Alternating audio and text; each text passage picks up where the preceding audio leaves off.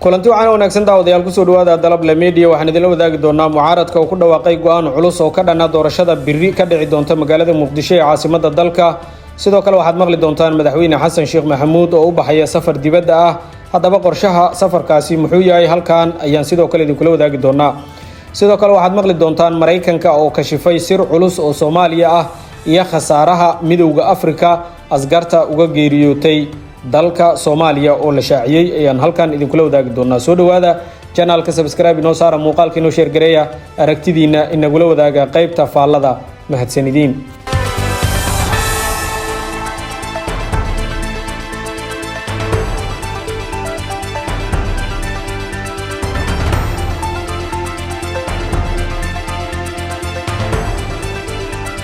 mucaaradka Soomaaliya ayaa ku dhawaaqay go'aan culus oo ka dhan ah doorashada maalinta birita ka dhici doonta magaalada Muqdisho ee caasimadda dalka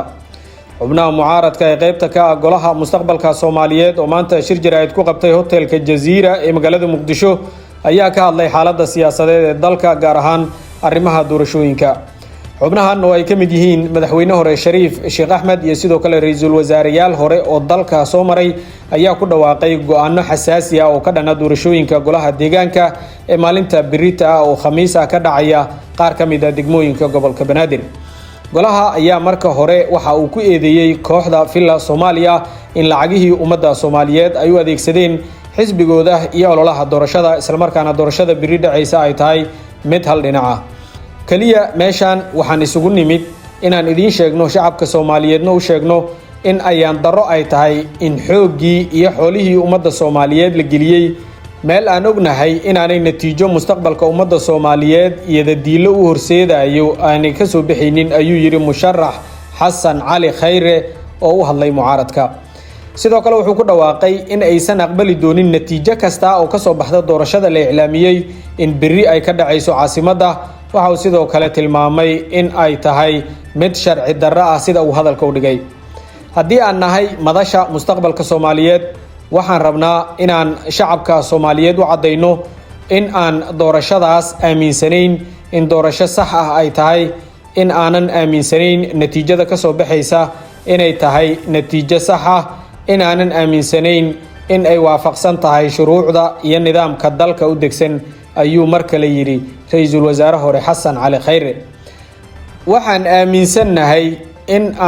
aaminsanahay doorasho ay tahay in qolo ay sameysteen si ay isugu daydo inay tiraahdo doorasho ayaan qabanay si ay u raadiso muddo kordhin aan la aqbali doonin Shariif Sheekh Axmed oo dhankiisa ka hadlay shirka jaraa'id ayaa tilmaamay in doorashadan aysan waxba ku soo kordhin doonin isla markaana ay tahay waqti lumis ujeedaduna tahay muddo kororsi taasna ay ka soo horjeedaan doorasho beenaadka birri dhacaysa waxba iskama bedelayaan maxaa yeelay gudoomiye gobol lama dooranayo mana ogolin muddo kororsiga ay rabto dawladda ayuu isaguna yiri madaxweyne hore ee dawladdii ku meel gaarka ahayd ee Soomaaliya Shariif Sheekh Axmed xubnaha mucaaradka Jubbaland iyo Puntland ayaa si weyn u saluugsan qaabka ay wax u wado dawladda Soomaaliya waxayna kol hore ka istaageen banaanka dhawaan ay ahayd markii ay tageen Kismaayo oo ay kula soo shireen madaxda Jubbaland iyo Puntland iyagoo soo saaray go'aano ka dhanaa doorashada qof iyo codka ah ee ay haatan qabanqaabinayso Villa Soomaaliya golaha ayaa waxba kama jiraan ku sheegay wax ka bedelka dastuurka meel gaarka ah ee dawladda Soomaaliya iyadoo sidoo kale goluhu cadeeyay in uusan marnaba aqbalayn muddo kororsi sharci darro ah taas oo uu sheegay inay abuurayso xasilooni darro siyaasadeed firaaq dastuuriya iyo qalalaas amni dhinacyada ayaa sidoo kale waxay isku raaceen haddii madaxweynaha uu iska dhiga tiro baaqiyadan in ay gudageli doonaan sidii loo qaban lahaa doorasho looga hortegayo firaaq dastuuriya qalalaas amni iyo halista kooxaha nabaddiidka ah madaxweynaha Soomaaliya Xasan Sheekh Maxamuud iyo wafdi uu hogaaminayo ayaa ku wajahan magaalada Nairobi caasimadda dalka Kenya halkaas oo uu wada hadallo kula yeelan doono dhigiisa dalkaasi William Ruto ila wareedyo xilkaas ayaa inoo xaqiijiyay in si gaar ah uu madaxweynaha u ambabixi doono 27 bishan oo ku beegan maalinta Sabtida ee soo socota waxaana casuumaad rasmi ah uu ka helay dawladda Kenya wararka ayaa waxay sheegayaan in uu kulan gaar ah la yeelanayo madaxweynaha dalka Kenya isla markaana ay diiradda saari doonaan xaaladaha guud ee gobolka iyo arrimaha Soomaaliya maadaama ay Kenya qayb ka tahay dalalka dariska ah isla markaana amnigana ka taageera dowladda Soomaaliya. booqashada la filayo in madaxweyne xasan sheekh maxamuud uu ku tago Nairobi ayaa imaanaysa kadib safarkii halka maalin ahaa ee uu dhawaan ku tagay magaalada Addis Ababa ee caasimadda dalkaasi Ethiopia, halkaas oo uu kula kulmay ra'iisul wasaare Abiy Ahmed. labada dhinac ayaa ka wada hadlay arrimo ay ka mid yihiin xoojinta xiriirka laba-geesoodka ah ee Soomaaliya iyo Ethiopia, kor u qaadista iskaashiga dhinacyada amniga, siyaasadda iyo arrimaha gobolka. madaxweyne xasan sheekh maxamuud iyo ra'iisul wasaare Abiy Ahmed ayaa sidoo kale waxa ay maalintaas adkeeyeen muhiimadda ay leedahay siyaanbaqaadida wada shaqaynta ku dhisan ixtiraamka, sidoo kale daris wanaagga iyo danta guud ee labada dowladood si loo xaqiijiyo xasiloonida Geeska Afrika. waxa kale oo uu safarkan ku soo beegmaya xilli haatan la kordhiyay joogitaanka ciidamada howlgalka Afrika ee USOM ee Soomaaliya jooga, isla markaana ay qayb ka yihiin ciidamada difaaca Kenya ee ku sugan deegaanada maamulka Jubbaland. si kastaba haatee madaxweynaha Soomaaliya ayaa haatan si weyn dadaal ugu jira inuu ka miro dhaliyo ajandihiisa qaran ee ku wajahan hogaaminta Soomaaliya, gaar ahaan qorshihiisa hirgelinta doorashooyinka qof iyo codka ah oo ay weli diidan yihiin maamulada Jubbaland, Puntland iyo mucaaradka. Mareykanka ayaa kashifay sir culus oo ku wajahan Soomaaliya. dowladda Mareykanka ayaa markii ugu horeysay shaaca ka qaaday xog xanuun badan oo muujinaysa in 8,000 oo askari oo ka tirsan ciidamada Midowga Afrika ay ku dhinteen ama ku dhaawacmeen dagaalka muddada 18 sano ka socday Soomaaliya. tiradan naxdinta leh ayuu Mareykanku u cuskaday dalabkiisa adag ee ah in la dejiyo istaraatiijiyad macquul ah oo ciidamada shisheeye ay dalka kaga baxayaan.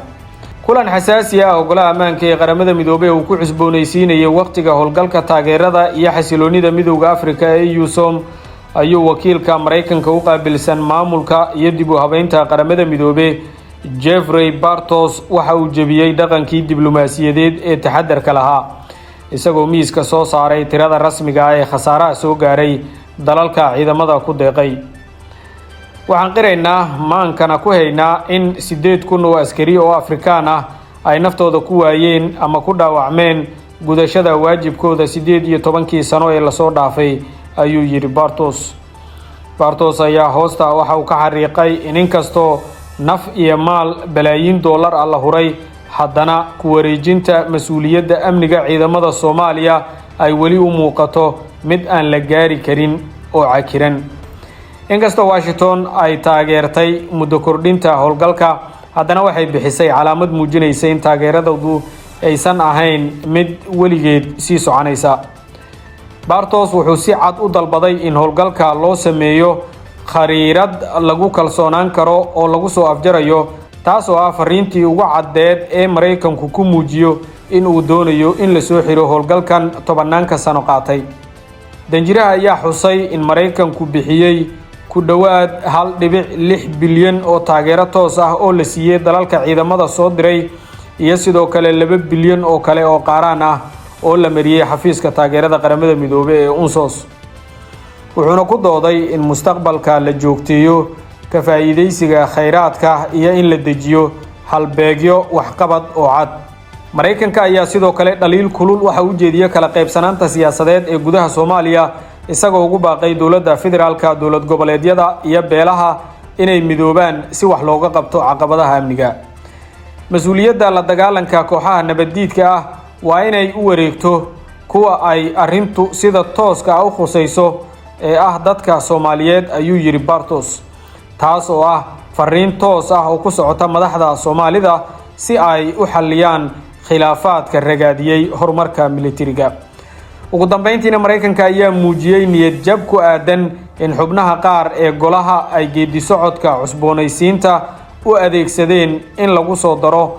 luuqad wax ka jeedin ah iyo mid kala qaybin abuuraysa oo ay ku jirto arrinta jinsiga, isagoo ku adkaystay in diiradda la saaro natiijooyinka amniga oo kaliya. gudaana saaxiibayaal warbixinteena inta ayaan kusoo gabagabaynaynaa. waxaan idinka codsanaynaa haddii aad inagu cusub tahay inaad channelka subscribe inoo saarto, muuqaalka inoo share garayso, aragtidaadana aad inagula wadaagto qaybta faallada. mahadsanidin.